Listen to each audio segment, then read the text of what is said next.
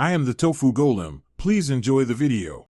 You start by tuning to standard E and checking string action. This saves time later.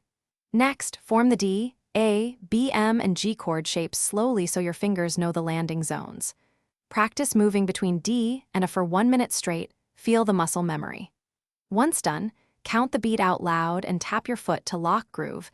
This will help you play in time and hear where to place the downstrokes. Now you lock the rhythm.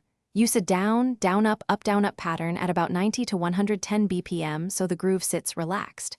Work the trickier BM by using a 2-fret partial bar or thumb muting to keep it clean. That's a helpful shortcut. Practice changing chords inside 8-bar loops. Slow it to half speed when mistakes happen, then ramp back up. Make sure to count measures. That's how you keep the song structure together. Finish by playing the whole verse and chorus loop at target tempo. Aim for steady strumming and consistent dynamics so the song breathes. Record one take and listen for timing flubs or dead strings. This reveals where to tighten your chord changes.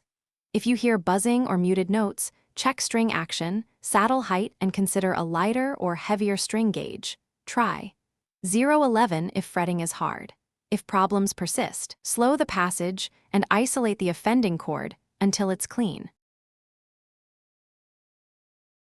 Thanks for watching. Consider subscribing if we helped you today.